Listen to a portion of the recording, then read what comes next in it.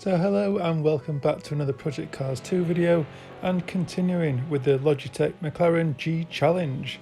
And this was back in week 4, and we're just trying to get the final last tenths of a second squeezed out of this car. I tried to do another little run just before things finished and managed to get much closer to PRT variable and any of the FPR racing team as well. Raptor was so close on this one yet again. I'm sure this went down to the final minute for PRT variable to pick up that win yet again, and it just really is escaping Raptor. It really is. He's come so close on every occasion, I think, so far. But yeah, managed to stick with PRT through sector 2 and just losing out 1/10 of a second through sector 1 and 2/10 through the final sector compared to the lap time that I'm racing at the moment. I don't know how things would have compared to his final lap time, but I was so close, especially through sector 1. I was managing to almost beat him through sector 1.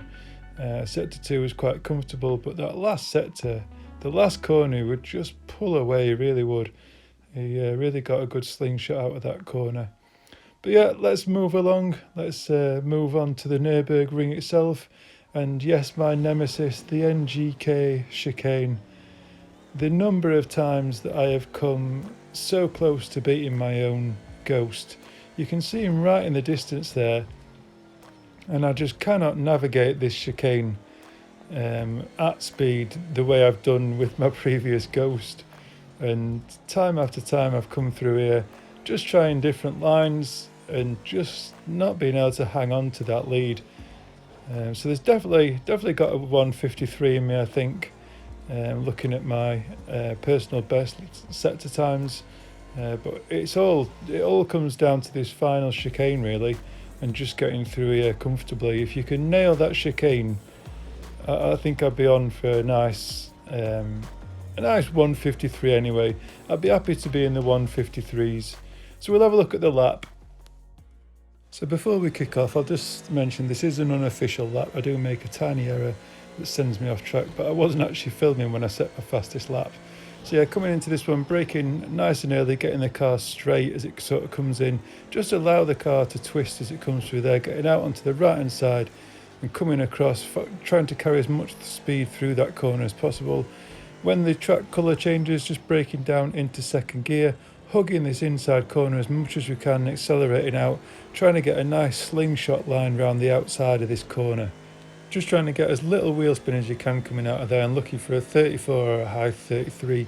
Braking just at the corner on the right hand side and hugging this nice and tightly, and then braking again as the colour changes in the tarmac. And using some of this curb, but nowhere near as much as that.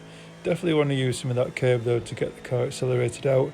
And this is one of those braking zones where you're just going to have to pick that line and just sort of allow the car to run and just accelerate as soon as you can. Maybe even use some of the curb on the right hand side, but this is definitely one to run up onto the curb and take in 4th gear and then up into 5th gear, sort of before the banner at the top there. Just braking on the right hand side as that green sort of asphalt sort of comes into the picture, down into 2nd gear, and then down into 3rd gear, and holding 3rd gear all the way through this corner really, picking up some of that curb on the outside. And this is the do or die moment coming up really.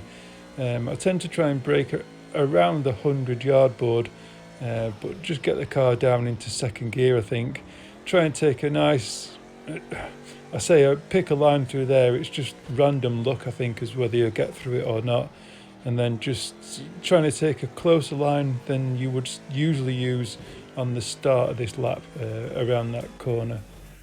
But yeah, looking at the lap times there, I can definitely do a 134 in sector 1 and maybe a 19 in sector 3.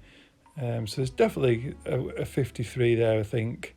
For me, it might be a high 53. I'd like to think I'll be seeing some of the guys hitting low 53s to clinch this one. But yeah, the car's really nicely set up for this circuit, and good luck to everyone who's taking part.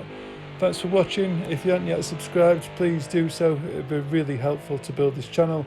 And yeah, thanks for watching. Ciao for now.